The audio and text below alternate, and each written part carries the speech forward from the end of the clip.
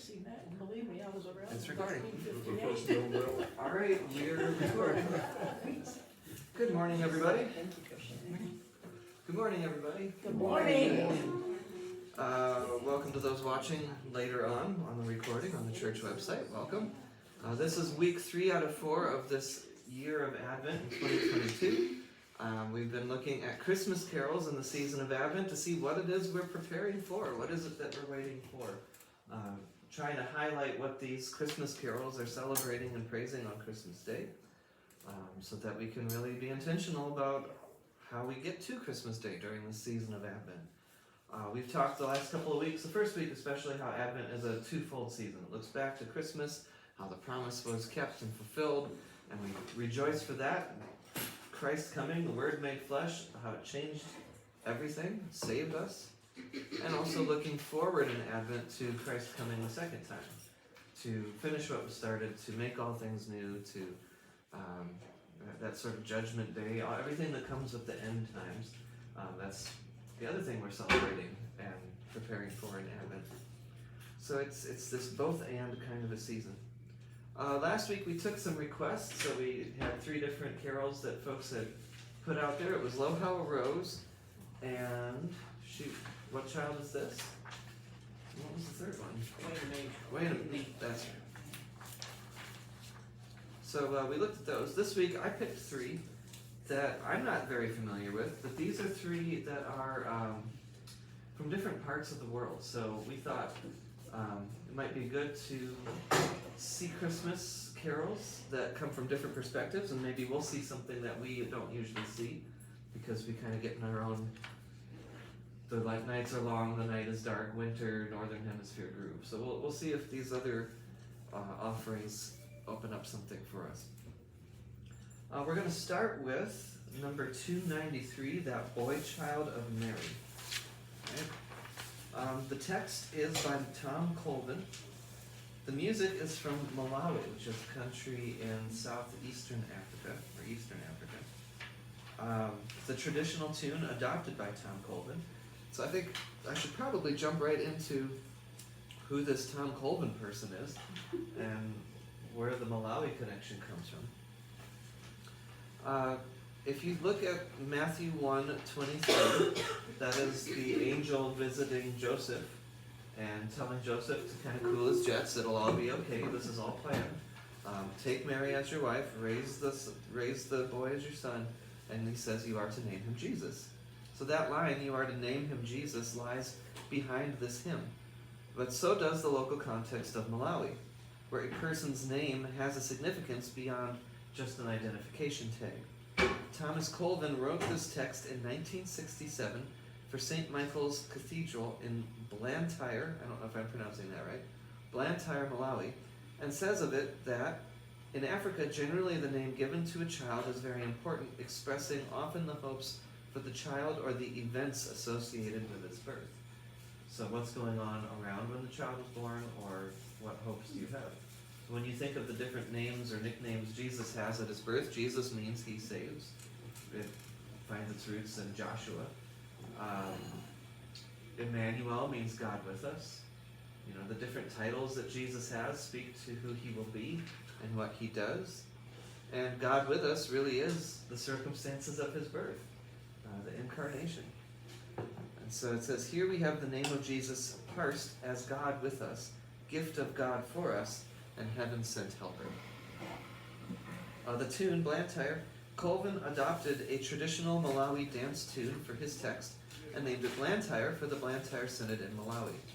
Built from a rising 3-note pattern, we'll hear that in a minute, it sets the text simply and convincingly in a folk tune idiom.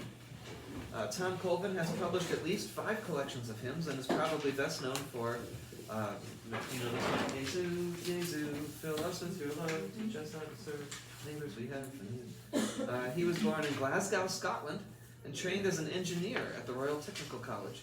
From 1945 to 1948, he worked as an engineer in Burma and Singapore. He studied theology at Trinity College, Glasgow, was ordained in the Church of Scotland in 1954, went to Malawi and Ghana as a missionary for 20 years, became the minister of Sydenham United Free Church in London, and then worked for the World Council of Churches. He returned to Malawi to help churches who were serving 500,000 refugees there, and then retired with his wife to Edinburgh. He was a member of the Iona community, which was known for finding ways to serve God in your daily vocation. So a lot of engineers like him, a lot of folks, it was kind of caught up in this evangelistic zeal to share the gospel in the work you're already doing. You didn't have to be, a pastor or a missionary or some other kind of trained church person. But out of that community came this whole hymn writing bounty. So a lot of music came out of this community too. So that's a little background on that. So the thing that they kind of focused in on was the fact that the boy child of Mary, which is already an unusual way to our ears probably of talking about the son, but it lets us know that the names in here are significant based on the culture where the tune came from. Get out my handy little piano. Okay, I'm not gonna try to sing and play at the same time. That's not gonna work. Okay, turn the volume up. But it's this fun little tune. First of all, has anybody done this one or heard this one before? Yes? I think so. Okay. Alright, so we go. Alright. Let me start over and turn it up a little bit. There we go.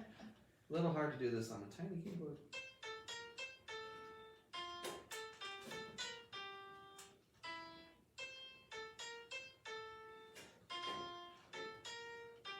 That's the refrain, and then this is that upward thing it was talking about.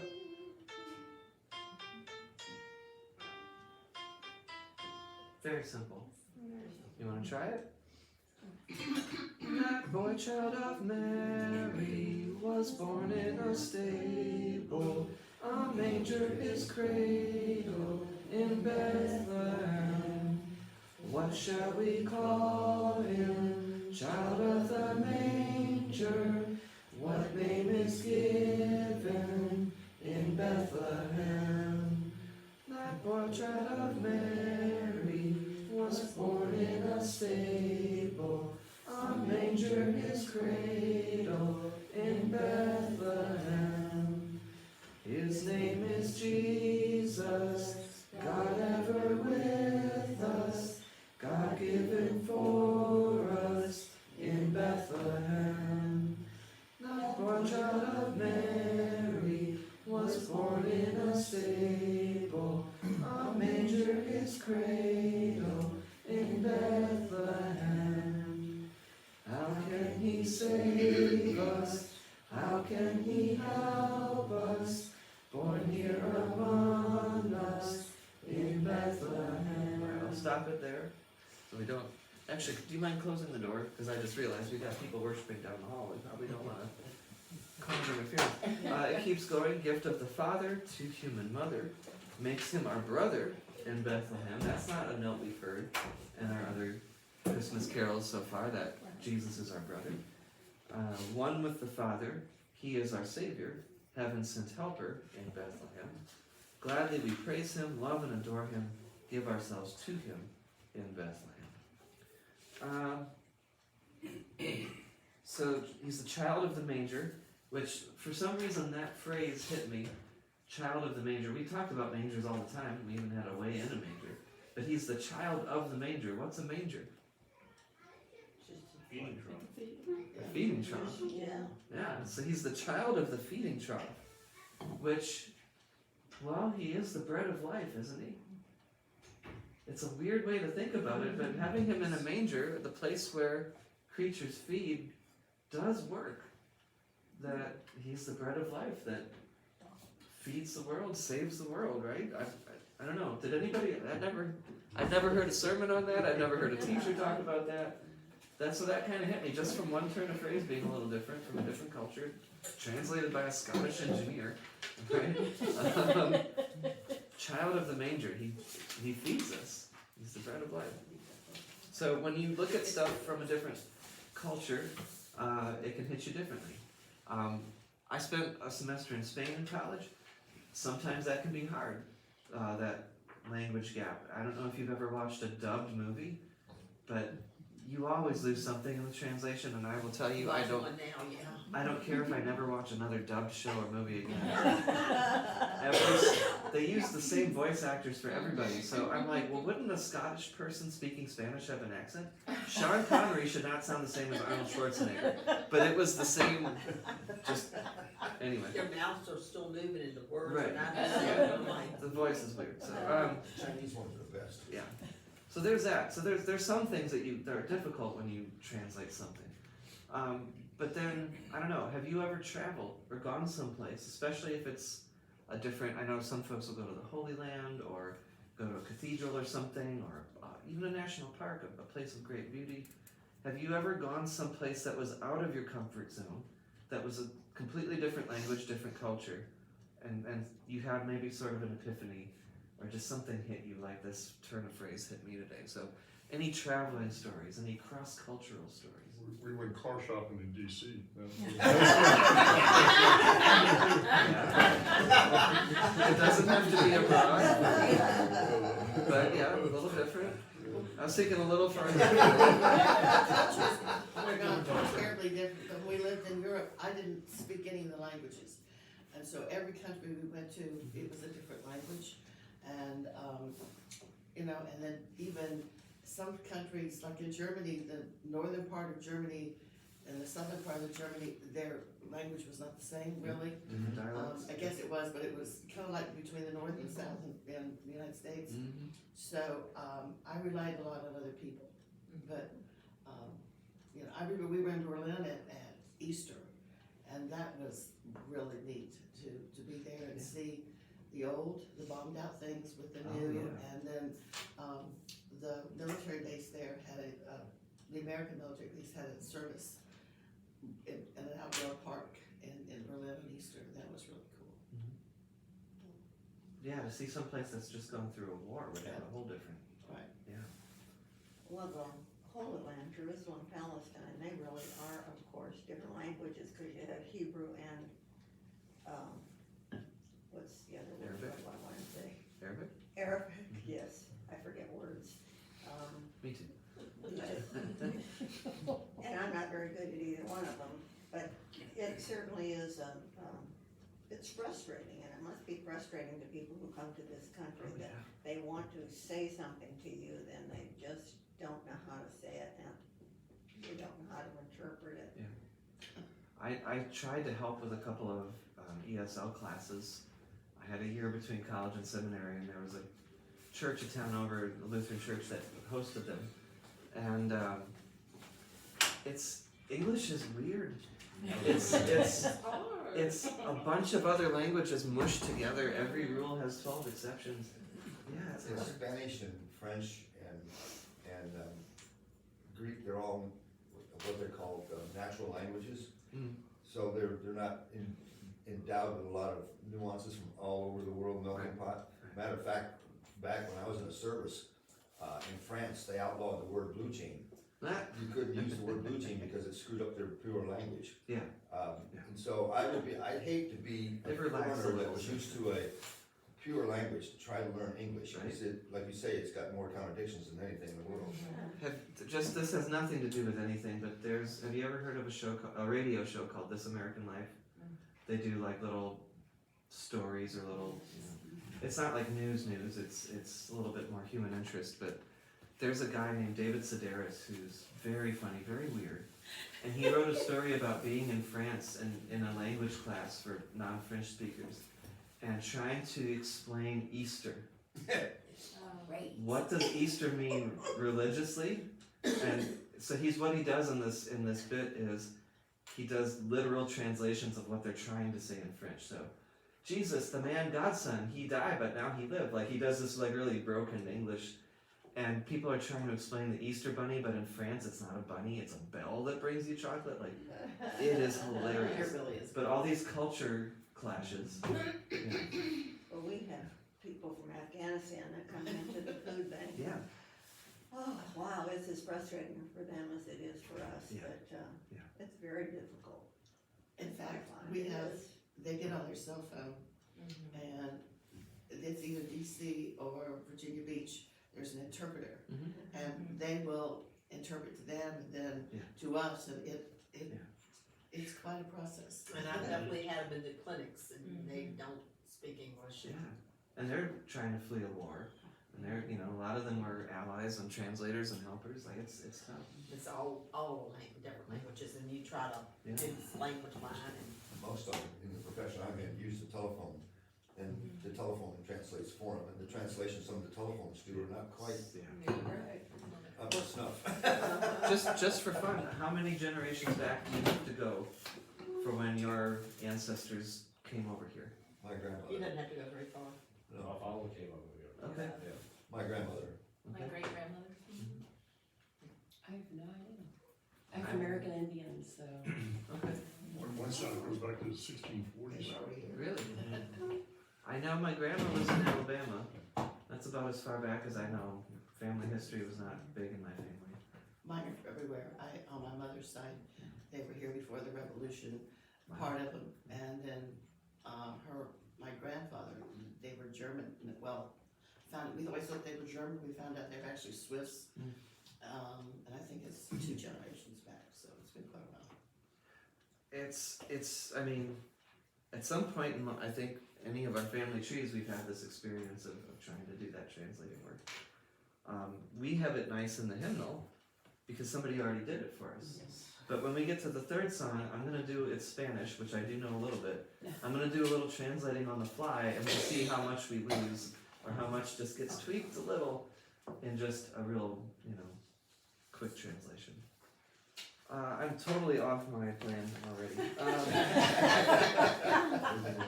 What's new? Well, luckily some of this I had later, so we're just out of order. That's okay. So verse 2, we're back to the song. His name is Jesus, God ever with us, God given for us in Bethlehem. So this says, where does this child come from and what is this child's purpose? God ever with us, God given for us. Verse 3, how? Verse 3 is basically a question. How can he save us? How can he help us? Born here among us. This one really keeps coming back like we've had the last 2 weeks to God in the flesh, incarnation. Verse 4 are these relationships. He's a gift of the Father. Here's the names. To human mother, makes him our brother in Bethlehem. And then the answer to the question in verse 3, I think, comes in verse 5. Here's how he saves us. One with the Father, he is our Savior, heaven sent helper in Bethlehem.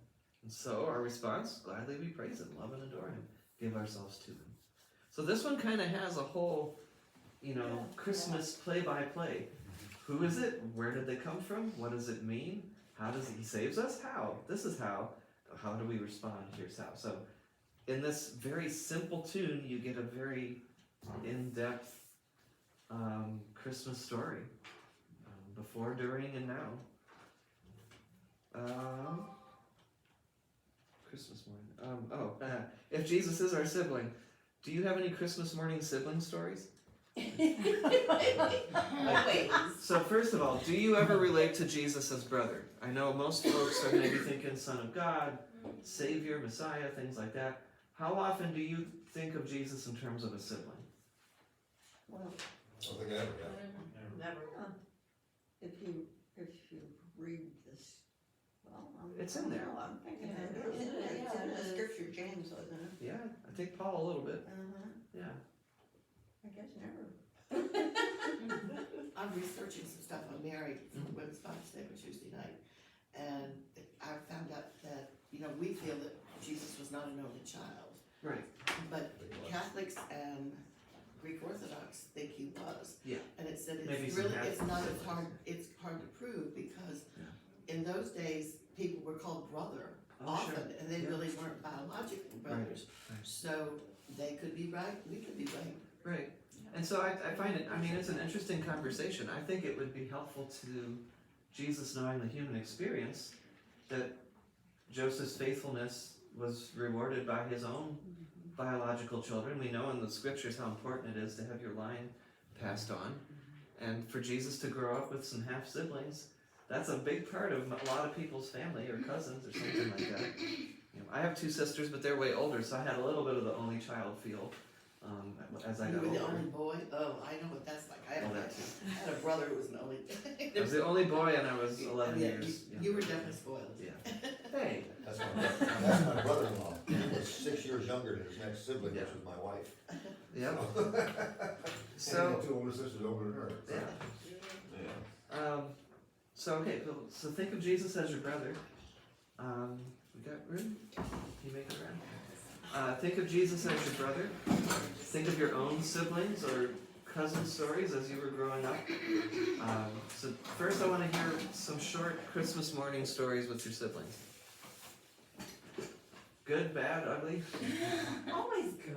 Always good. Always good. If there was a Christmas that my brothers come to and see me, we should unwrap our presents and rewrap them. And we did. That's not the best Just say, Christmas. did you get away with it? Yeah, we did. Oh. We did somehow. But, I did that. you know, too. like it That. taught me that knowing wasn't as much fun. Right. You know what I mean? And I think our parents figured it out when we didn't like scream at it. Yeah. You know, so. Yeah.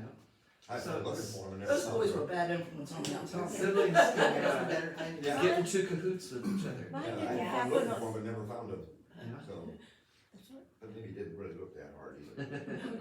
mine didn't happen on Christmas morning, but in my family, going to see Santa Claus was a big deal, as many of you know. Daddy, Yes, my daddy was the real Santa at Miller and Rhodes for a long, long, long, long time. yeah. Yes, Oh, and I got pictures of it. we didn't know it. I mean, how in the world did we go up there? I was 7. I think I was 7 when it started. And one year, They didn't know. we had dinner at the table back in those days, you know, family dinner at the table. Well, my dad got a new watch. His watch broke. My dad was a carpenter at Miller and Rhodes, and he got a new watch. And so we were all making a big deal over Daddy's new watch. And this year we go up to see Santa, and we sit on his lap, and we And there's talk the to watch. him, and we come down Was it off all the of you stage. together? My sister, my brother, and I, my Okay. mother watching. My daddy's sitting in the chair. And, and we come down off the stage and take my mother's hand, and my brother Robin looks up at my mother and he says, Santa has a watch just like Daddy. Well, my sister and I knew what was going on, but he didn't. That is, oh my goodness. That's adorable. I love that. So, That is really something. So, It is. Yeah, that is Not great. having been close in age to my siblings, like I hear stories like that, and there's something like I watch my own kids, like they've got bonds Your and kids do have inside bonds. jokes Oh, and yeah. relationships and stories that we're not a part of. So that's just this cool thing that siblings have with one another. Do we have that with our sibling Jesus? What was our closeness there? oh, Yeah. oh, I think we remember times when we know he was there. I know he's there all the time, but there are times when, boy, you know Yeah. it. And, Oh yeah, just like your siblings, they're always there in the background. Yeah, right. But sometimes something comes to the surface that's a little more significant. I'm not trying to leave out the only children. I'm like half and half. So have that be part of your Advent devotion and preparation. What does it mean to be Christ's brother? You know, this is you're celebrating your sibling's birthday today, right? Christmas is not all about you and your presents. Today we're gonna celebrate your sibling. You know, like you have to set that aside. So what does that Did you mean? wrap a present for him? Some people do that. They do. Yes. Yeah. Just one other thing here that I mentioned that this came out of this Tom Colvin came out of this Iona community. Originally, this was written as I was reading on that side of it. This was originally written as a call and response, right? So think of it. You know, that boy child of Mary was born in a stable, a manger is cradle in Bethlehem. Everybody sings that together. What shall we call him? Child of the manger. What name is given in Bethlehem? So how would this be different if it was a call and response? What Christmas conversations, what calls and responses are you having right now? What are you putting out there and what are people responding? How do you make that part of your Advent time? You're putting something out in the world, people respond, then you respond back. It's more than just putting your lights up in your yard or a manger out. There's conversation, there's interaction. House. Yeah. All right, anything else on this one? I like thinking about this as a call and response. Yeah. This is not in our hymnal. It is in our hymnal. 290? Oh, so just never sung it. Yeah. Are we singing it today? No. However, I was gonna put this out later. By the end of probably today, because we gotta start planning ahead. But if there's any of the songs that we have done through the course of this that we don't normally do or that you've never heard before, and you between Christmas Eve or the Sunday after when we do lessons and carols, which is January 1st this year. If you're like, I want to do this song, let me know and we'll work it in. This would be easy. This is one. Yeah. This would be easy. Yeah. Okay, well I there's. like it. By the second verse, they should. Oh yeah. But as they say on the TV commercials, but wait, there's more. So we'll see. We'll see if there's any others that get your attention. And just again, remember the significance of what Tom Colvin picked up while he was a missionary in Malawi, the significance of names. So if you go back through this one again, what are the names? Child of the manger, we talked about. His name is Jesus. God ever with us. God given for us. Gift of the Father. Our brother. One with the Father. He's our Savior. Heaven sent helper. But there's a lot of names all through the New Testament for Jesus. But we get about 8 or 9 of them right here too. So each of those names carries another facet of what Jesus being here is about. Alright, you can flip that sheet over. Okay, we're going to go to 280. If you're following along at home, 280 in the hymnal. This one, Midnight Stars Make Bright the Skies. This is Chinese. I will play the melody once, but I'm not going to try to sing this one. This is a pentatonic scale, so it's just 5 notes. Some of them are in octaves. The one reason I'm not going to try to sing it is it makes some jumps that are just hard to follow, but also the accompaniment is much cooler than just trying to plunk out the melody. And so if we did sing it, I kind of want to have the full experience. But also it's just a little tricky on a piano app. Midnight Stars Make Bright the Skies. The text is, I'm going to look over here because I can't read my own writing. Jing Q Yang, translated by Mildred A.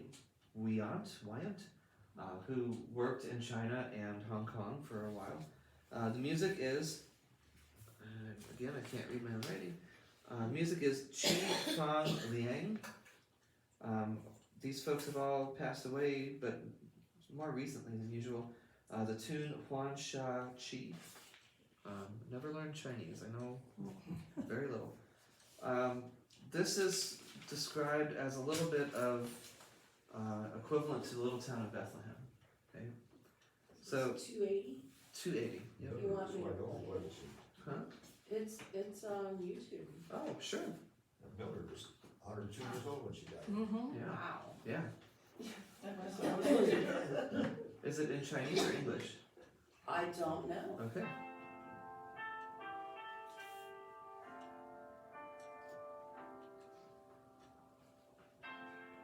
Midnight Stars.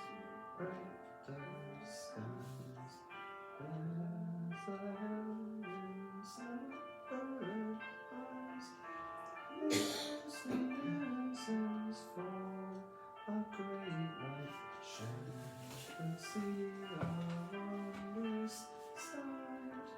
Angel ranks and chorus sing, silken sounds from heaven ring. Frightened shepherds hear them say, Christ is born to you today. Glory be to God on high. Blessed are all beneath the sky. You want the other verse? We can just read the other verse. Thank you, that's helpful. You're welcome. So it's a lovely tune. Very lovely. Yeah. This, Chinese. you can, Yeah. it's that pentatonic scale is often associated with that neck of the world. And if you think of a candlelight service, you know, so stuff twinkling, this is a pretty, very pretty song. Second verse, midnight slumber lies o'er all, one lone bright lamp lights the stall. Choose old clothing, wrap him warmly. Manger shall his cradle be. Born to save us from our sin, Word made flesh our lives to win, came to earth from heaven's throne, mortals' sin to bear alone. Glory be to God on high, blessed are all beneath the sky. That's a very inclusive way of putting it. Yes. Not just everybody. Not peace, goodwill to all men.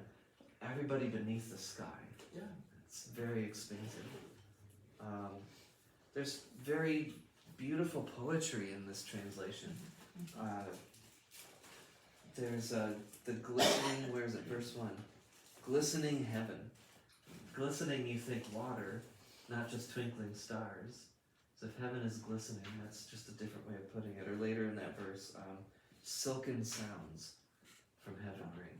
Not just angel choruses, but silken sounds. Choose old clothing, wrap him warmly.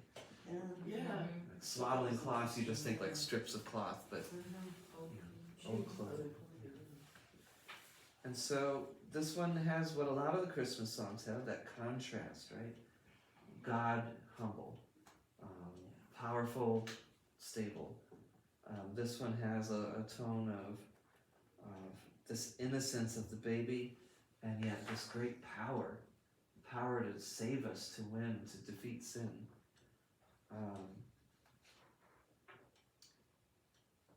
Let me read the background on this. O little town of Bethlehem gives a western view of Bethlehem, lying still and asleep. Midnight stars make bright the skies as a Mandarin carol that gives an Asian view of the same theme.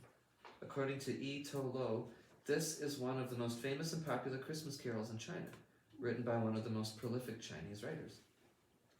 Our hymnal gives the dates of the author. We don't need to read this. Just updating some history. The born and death dates, things like that. The author, Yang, was a school teacher before he became a Christian and a Methodist pastor in congregations in Shanghai and Suzhou. He eventually served as a district superintendent in the Methodist Church. Early in his ministry, he joined the Three Self-Patriotic Movement, and in 1954 was elected one of its committee members. The three self-principles for churches were that they be self-governing, self-supporting, and self-propagating. If you think of the missionary model, the churches in the Western countries would set up the churches there and give them the money and tell them what to do. So this is one of the earliest examples of a mission church saying, no, we're going to do it for ourselves. The translator, he knew Chinese classics and literature and was awarded first prize for a hymn requested by the hymnal committee of the Chinese Anglican Church. The translator, Mildred, as you said, was 102 when she died. Was a native of Lancaster, Ohio, graduate of Ohio Wesleyan University. She and her husband, Bliss Wyant, that's a fun name, went to Beijing. There she became associate professor of voice at Yanjing University. She also taught voice at Scarrett College in Nashville, Tennessee, and at Chun Chi College, Chinese University of Hong Kong. The tune, Huan Shaoqi, first appeared in Western sources in a collection called Hymns of Universal Praise. It is pentatonic, so 5 notes, gapped without the half steps. Okay, in this case, it's equivalent to the 5 black notes on the piano. Have you ever done that on a piano with your knuckles? That's a pentatonic scale. Okay. Though in an objective sense, tunes like this are not that difficult and are known to many cultures from ancient times, for our culture they present problems because our ears are attuned to the common harmonic practices that the West has done for 100 years. We keep looking for those missing notes, right? When, even as we were singing it just now, I'm looking at the notes, I can read music a little bit, and I was over jumping or under jumping the intervals because I'm used to going a different way. Maybe I'm overtrained. Maybe if you don't know music that well, you just follow the tune. I don't know. Don't know it at all. Pitches in the melody do not imply the functional chordal structures that we're used to, and they need nothing more than the unison line, but I did appreciate the accompaniment underneath it. Not much is known about the composer of the melody. So my question is, if this is something that's different to our ears, because there are gaps between the notes that we're not used to, my question is, what are the missing notes relative to our preparations for Christmas? What are the things that we jump over? in this season of Advent. First thing I thought about was it gives us time to pause and think about how Christmas and Jesus affects our personal life. I don't know, that's just the first thing I thought about, so. Yeah. Because we could talk the theology in this again, we've kind of covered that. But this, coming from a different type of music, hits our ears differently. So what, is there something that you feel like you've been skipping over at Christmas time? I think sometimes it's easy to accidentally skip over some of the. I find sometimes that I get caught up in the busyness of just everything, and Sunday winds up being the church part, or the Jesus part of Christmas, and I have to very deliberately focus my Advent preparation sometimes. My wife keeps me on the straight and narrow. It's a big job, I bet. And I And think then- with having young kids too, you try so much to focus, like this is not about the presents, this Right. is not about Santa, this is about, and there's so many things, you have to really search for them, but there are so many things in the community to do, like, we just stumbled across last night at Camp Hannah, this walk through Bethlehem, where they take you from, it was all candlelit paths, it was very dark, but to tell the story, and you end with Mary and Joseph and baby Jesus in a cradle, like, I made more of a point this year, I think, than other years of really trying to find things to bring the focus back. Yeah. And I Oh, think wow. that that's so important for, So where, is it still happening every night? or- they only did it Friday and Saturday night, That's it. and that was it. And that was, Is it an old church? Yes. Yeah, that's An right. old My church, my yeah. boys wants to live down that road. Yeah, there was another one, my wife Shalom, went to, Shalom Baptist. Easter, or Because our church really supports. there's a Bethlehem walk that they do. Yeah. It's You also- amazing. Our church has a different church. Oh, okay. Yeah, So- our women's Bible study did the Bethlehem walk. Yeah. That's, we Yes, tried to do yes. that, and that's how I kinda stumbled across, but the tickets went so fast on Yes, that, they're it's a gone free before event, you but even know it's you made. gotta pre-register, and they went quick, but. So sometimes it's good to skip some of the normal notes of Yeah. Christmas. You want your kids to have, all the fun presents and Christmas morning experience that we had and that you want to pass on. But yeah, sometimes it's okay to declutter, take some of those notes out and just get the ones you really just need, sort of the essentials. Yeah. And to find those intentional things like that walk, like that live nativity type thing, devotions at home to go along with it, advent calendar with stuff in it, not just, Candy. scotch of a month, When we lived in Roanoke, the church I went to had a live nativity scene. Mhm. And my daughter was about 3 years old at the time, and she was supposed to be an angel. Oh, okay. And she was supposed to stand next to the manger. And all she would do is, there's a big yard, and she was just running all over the yard. Hey. And my wife got a little upset about it, and got a little embarrassed about it, actually. And the preacher says, no, that's okay, angels need to fly. That's right. They were like filling up the sky, so I imagine some of them were like doing laps. When we lived in Florida, we went to a live nativity down at Disney. This was back in the days when Disney first opened, Mhm. a long time ago. But at their, what's now, downtown Disney, used to be called Lake Buena Vista. And right by the water, they had everything set up, and there was a live nativity, and people came in on camels, and there were donkeys, and it was fall. It was so real. My Jewish neighbor and I went down together. It was pretty cool. We had a good discussion afterwards. Something about the climate of Florida. Liz has shared with me many times that they had a live donkey for Palm Sunday every year Oh, down in Florida. Yeah. There's a church in the West End Yeah, that does this big play. Right, I went to once, that's really hard to get into too, but they have. West End. West End Assembly, yeah. West End Assembly, got, my And sister they have got real, a lot of they have tickets. real animals. They have real animals, they had a person fly out of the ceiling like an angel, it was wicked. So what is it about these live things that is significant, that keeps people coming back? Makes it real. Makes it real. Yeah, I think it adds that layer of It's realness. not so, you get the mystic part all the time. What you don't get is the real part. of him being human. Of animals. And everything Yeah. being a Being human animals. situation. So that's what I like about it, it's, I I got him with that. Yeah. When I lived in Charlotte, I would, when I was driving into the office every morning and kind of bringing it back to the moments of Christmas, Advent and Christmas and every day. I drove past a Catholic school every morning, and for at the beginning of Advent, every morning these kids would go and they had a live nativity scene, and they would wave at the cars because it was a busy road going into downtown Charlotte, and every morning I always liked that because it kind of brought me back every morning during Advent, brought me back not only to Christmas and where we were headed, but also thinking about the kids and how what a neat ministry that was to focus everybody and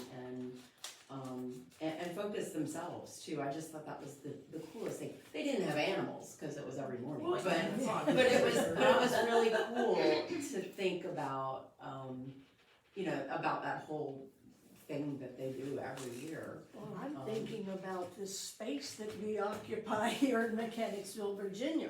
And wouldn't it be neat if we could do something out there at the corner and for people to drive by and see?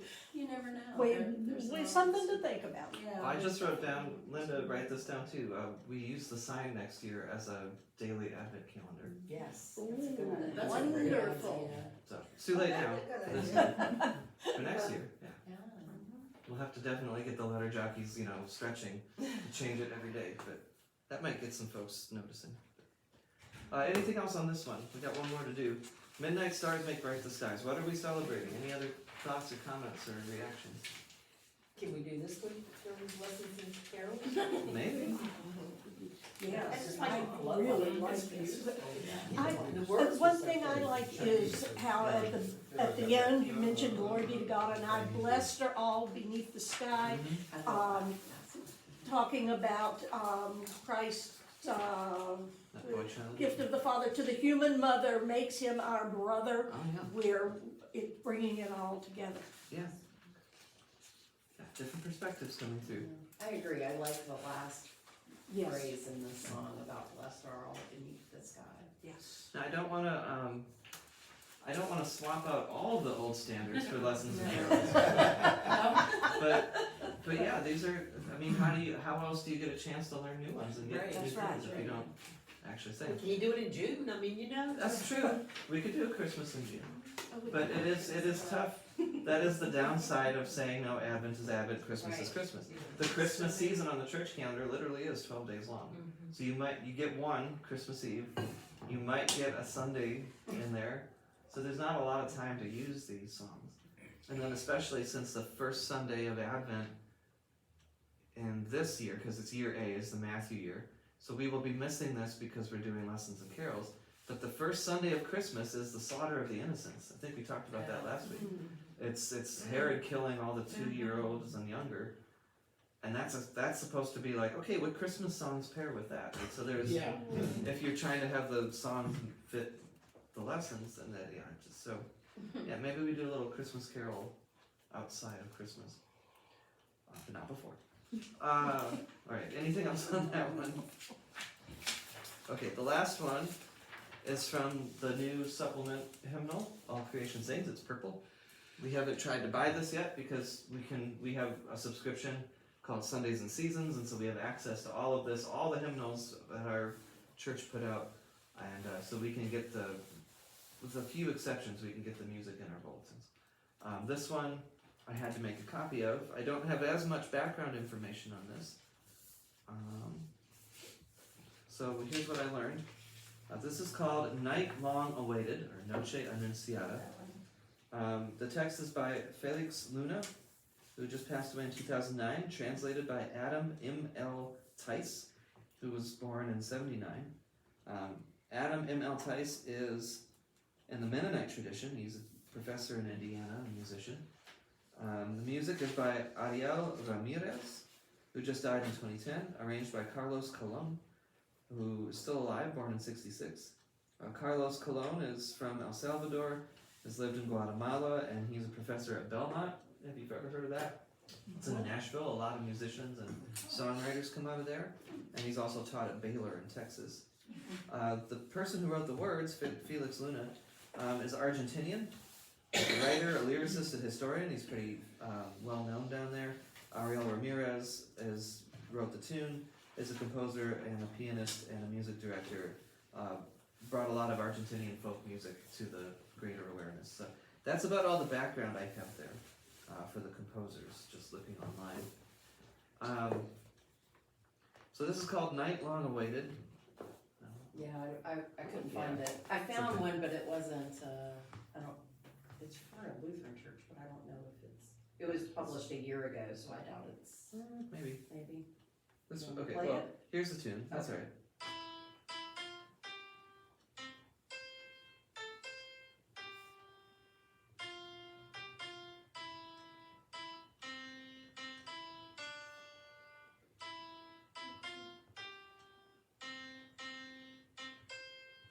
Whoops.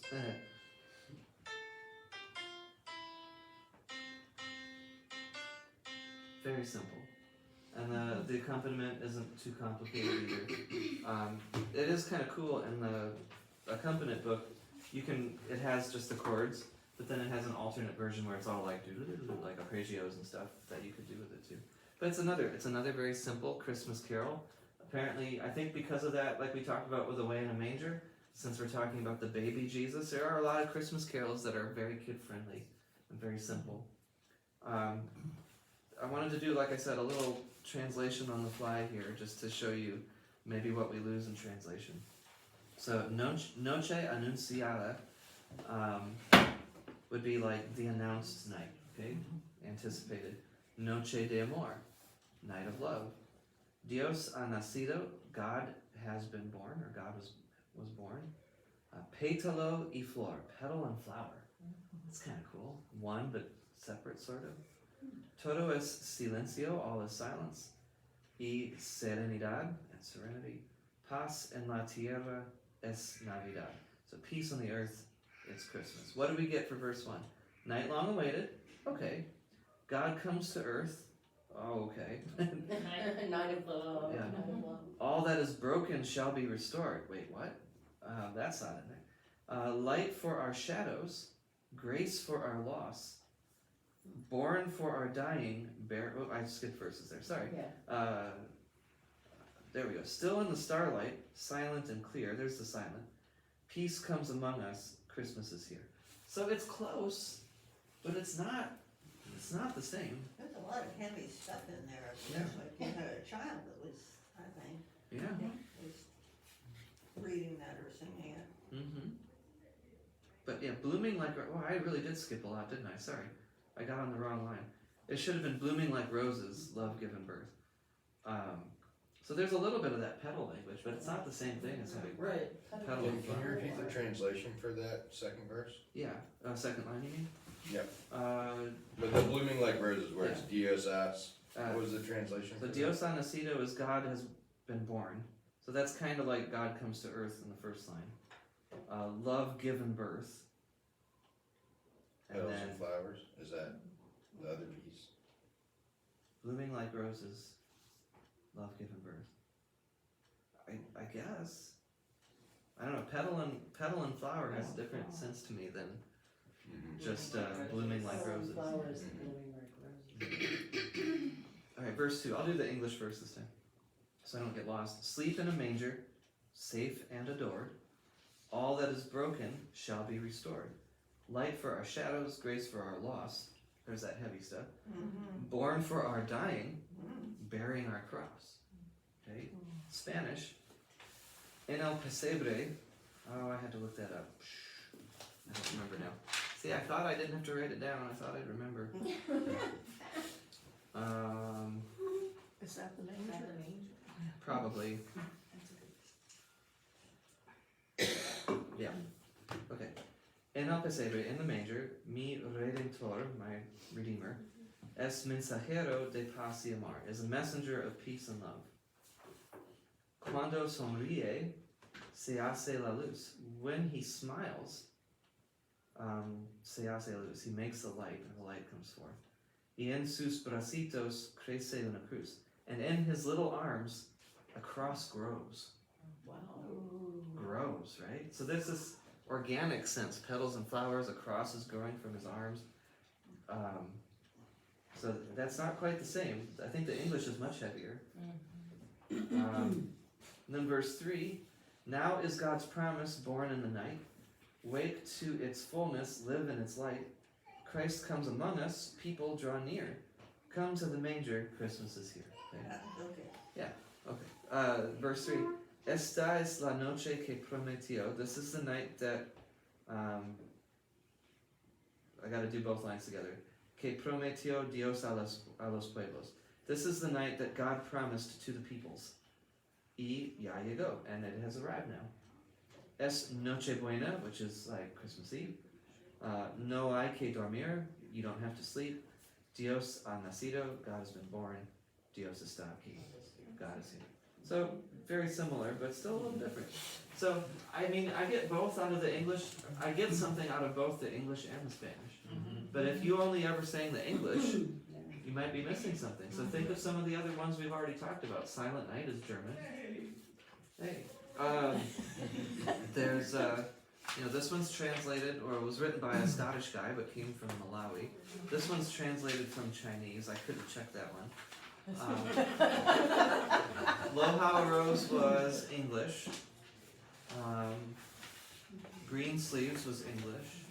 But Lo How a Rose was translated from, shoot, what was it? Oh, that one went way back, didn't it? I have to look at my notes again. Yeah, I think that was the one. I think that was translated from something a bit older. I got too many papers this time of year. I think it's that one. Lo How a Rose was a German carol too. That's it. Yeah. And then week 1 we had Of the Father's Love Begotten. That was Latin.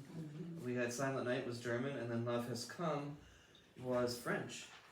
So who knows what other layers there are in the original translations. Okay.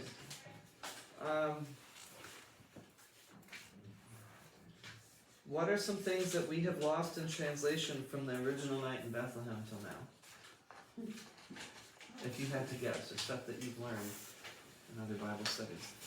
What are some stuff from the original Christmas that maybe we've lost over time? Humility. Okay. I don't know if you meant that as a joke, but yeah. Well, I mean, Wasn't it was a expecting very it. humble beginning. Yeah. We focused so much on the, the glitz and the glamour. Yeah. When in fact, We celebrate the celebration. Well, if it was a manger, there were animals around, weren't there? Yeah. The pictures show what, sheep, lots of sheep, and, Maybe some cows. yeah, cows, it does show cows. Camels? Yeah. Nobody would, they didn't have a camel, Mary and Joseph Probably didn't have a camel, did the reality of it and like I said before, the animals and the smells and the, I mean, just the humble, well, I think you kind of said it too. If Now you've that I ever- talk about it, I'm saying. If you've ever lived on a farm, Yes, Yeah. that was the right. barn is not, Reality comes home quick. it would not be a pleasant place to give birth to a Reality child. comes home quick. So I think of a birthing suite in a hospital now. It's nothing like Yeah. Whether it's the luxury, feel, or even, it's still a clean, sterilized area to keep infections down. We're in a manger. Right, if they were lucky to have clean straw and clean hay, like fresh straw and hay, otherwise it's been there for a while and it's not always so good. No, There is no such thing as a clean stall. No. Well, and their clothing Yeah. probably hadn't been to the laundromat And when lately we either. watched the, Chosen, it was more showing that it was, not necessarily a manger. Oh, It was that's- more of a stone cave. Right, Yeah. There's a lot of thoughts that it wasn't like a barn like we would have now, but it would be like the animals were just in a different room of the house, or it could have been a cave type Well, That's thing. a they Western- didn't have that's much a wood in Western that part of Right. the country, so they probably didn't have wooden stables, they didn't have wood. And having the animals inside created heat too, so Yeah. you put up with some things. Yeah. They did that in Northern Europe a lot. Mm-hmm. The Cattle animals barns were lived- part of the house. Also, even when we lived over there, the animals were underneath the house, or they had families out in the country, they shared a house with their animals. So how many folks have now or in the past have lived on a farm or had animals or? Yeah, There's some animals. yeah, a few. One thing I wanna note about what's lost, I think one big thing that's lost, and it comes up in the story a lot, is the shepherds, and there's that fear, but really I think the awe of everything that's happening, and I think the animals, if you're not around them a lot, or the kinds that you see in the live scenes, I think that gives us a little bit of that sense of awe, like, here's a, not a picture, not a story, but the real living thing that we're looking at that's kind of atypical, or, a scale we're not used to, or whatever. But that, I think, is the biggest thing that's lost, is that, oh my goodness, what is this? I think we're so used to special effects too that the shepherd seeing a bunch of angels, we know the story so well. We can picture what it looks like, and that awe and fear that the shepherds brought with them to the manger to see this kid, just a kid, wrapped in, what was it, old clothes. But I think we have a tendency to make it unreal. Yeah, we make Especially it with stage. kids and everything, we have a way of making it sort of more spiritual and less unreal. And what I mean by that is that I took my daughter one time to a fair, and we went to the animal section of the fair. And I got her in there, and the first thing she did is throw up. And Yeah, so, I guess what I'm trying to say is that we've lost the natural portion of the nativity scene. We've sanitized it. Yeah, big time. which is, I think, maybe what folks are responding to with the live nativities. Exactly. Because you can have the best trained animals, they're still gonna, Yeah, they still got problems. yeah, There's still gonna be animals. Yeah. they still have bodily functions, that's how we can say it. Yes. When I went to Bethlehem, I was really looking forward to seeing this manger and this straw, and none of it's there. It's just like a metal box, like it would be in the side of a cave, perhaps. But then the Orthodox have taken over that site, they like colors and it's everything's a big celebration there, and it was almost shocking to me. But my picture of the manger, nothing like that at all. It didn't look humble, I guess. Yeah, if you've ever been to some place like Wisconsin Dells was the one where I grew up, Las Vegas, Branson, any place where they might stick a Ripley's Believe It or Not museum.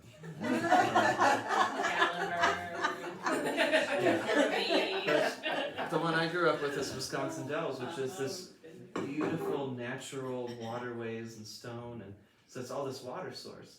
Well, then over the decades, they built it up to put in a water ski show and water parks everywhere and all the tourist stuff and all the great wolf lodges. And if you think what originally drew people to that place, I went there in the early '60s, late '50s, so I didn't see all that. yeah, you're lucky. Yeah, I didn't see all that. That's what they're fighting in Yellowstone, is having in the story of Yellowstone, is having all this development wipe out that natural beauty. I've heard good things about that show. It's amazing. Is it? Yes. Okay. But, Too long, it's 45 minutes and I can't stay. That. We gotta wrap it up. I've got one more thing I wanted to share. It hits my wife's sleep button too. So if you look at Luke 2, this is how the story starts. This is the part we tend to read because it's part of the tradition, but maybe kind of skip over a little bit. In those days, a decree went out from Emperor Augustus that all the world should be registered. This was the first registration, or census, that was taken while Quirinius was governor of Syria. All went to their own towns to be registered. Joseph also went from the town of Nazareth in Galilee to Judea, to the city of David called Bethlehem, because he was descended from the house and family of David. Okay, there's a lot of specifics in there. As you read the Bible, especially the New Testament, you don't get a lot of specifics. If you think of, you don't get a lot of descriptions of what people look like in the Bible. So when it says that David had nice eyes and a ruddy complexion and was, easy on the eyes, basically. When it says that John the Baptist wore these outfits, and I did not say Siri, wore this outfit with this belt and what he ate. Whenever you get specifics like that in the Bible, those are very intentional to get you to pay attention to something. When you get historical things like who the ruler was and what the place was, that is an attempt to ground something. Like, no, this really happened. Here's the dates, here's the details. Scripture often isn't concerned with stuff like that because that's not the truth they're trying to communicate. But when it does get that specific, you should pay attention. And so here's who the emperor was. Here's who the governor was. Here's where the place was. Here's where David was from and he had to go here. This is an attempt to ground this in reality. That despite the fantastical quality of this baby being born, which wasn't a big deal, but that the Savior was born here of all places, and Mary was a virgin, and all of this stuff, that grounds it in reality to bring people along with the message. So, as we're thinking back on what are we missing? What's lost in translation? What are the gaps? This is something that says, no, this really happened. This is grounded in history, and you can check our records. You can check our work. That might have been the stuff I had written down. Any other thoughts? Any other thoughts about what we're celebrating in this third song? Night Long Awaited.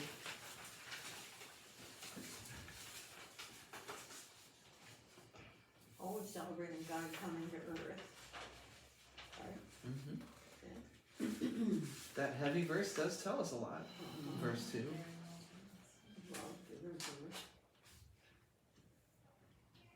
The contrast of being safe and adored in the manger to the end of the verse bearing our cross.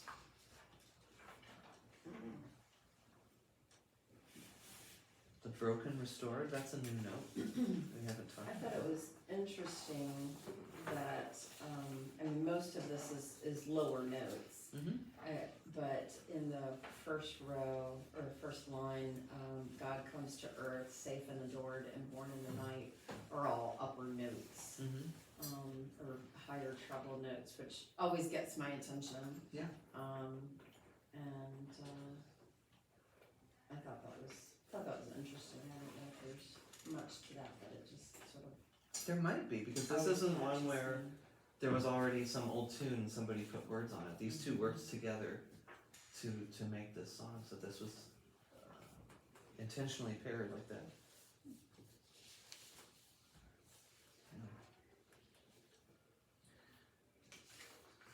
I guess that might be it. I guess we could take requests again for next week. How about I'll take two and then I'll pick a third to fill us in. But are there any Christmas carols? There's so many to pick from. Are there any others that you'd like this treatment on to dig into a little bit? We have not. That is listed in the Advent section. So but good, just get- yeah, he's right. There's no. No, you're right. Yeah. We sing in the church. Yes. No, Judy brought I it. can write But that. I was gonna point out to her that the Away in the Manger is attributed to Martin Oh, yeah, Luther. I noticed that too, Yeah, that was the that's only right. place. Yeah. Is that so? I hadn't never noticed it. No. No. That was one of the points we talked about. It got a publisher put Martin Luther's name on it to kind of sell more copies, but it never actually has anything to do with Martin Luther. Yeah, but it is attributed to him. I've never noticed it before, hearing that here. Any others? I'll take one more request. Any other Christmas carols? What was the one that was already said? O Come, O Come, Emmanuel. That's a good one. I like Oh Holy Night, but I think it's like a newer, I don't think it's old, is it? It's not, it's one that soloists do a lot. It doesn't get, Isn't that an Advent hymn? Oh, come, Emmanuel. it is, yeah, but it gets sung at Christmas time too. We could open it up to Advent a little bit. Are there Advent, A Joy to the World is technically in the Advent section. Sure, I was saying A Joy to the World when you asked last week about songs about peace. okay, And I thought that was the only carol I could come up with. okay. When you asked like songs that talked about world peace. Well then, as we wrap up Advent, we'll pick a couple Advent songs that kind of have a foot in both seasons. Alright, well, since we actually finished on time, let's close with a word of prayer. Alright, gracious God, thank you for this day. Thank you for this season. Help it to fulfill its function. We know it's an artificial thing. We know it's a human creation this season of Advent. But we also know that you help to inspire it, your Spirit works through it. So bring it to bear for us. Help us to prepare for your coming once before and one day still. Open our hearts, prepare room in our hearts, a throne for your Son. And also help us to be call and response, to be Christmas carols in the world, to tell your story, to help people celebrate, to refocus on what it originally meant and what it still means, even new ways today. Open us to new meanings and new layers of meaning for what your story and what your Son came to tell us, and how it saved us and how it changes us. All these things we pray in the name of the one, that boy child of Mary, who was in the stable and is still in our hearts. Amen. Thanks, everybody. Would you very much mind pushing that red button on the right? Anybody have a blue cord?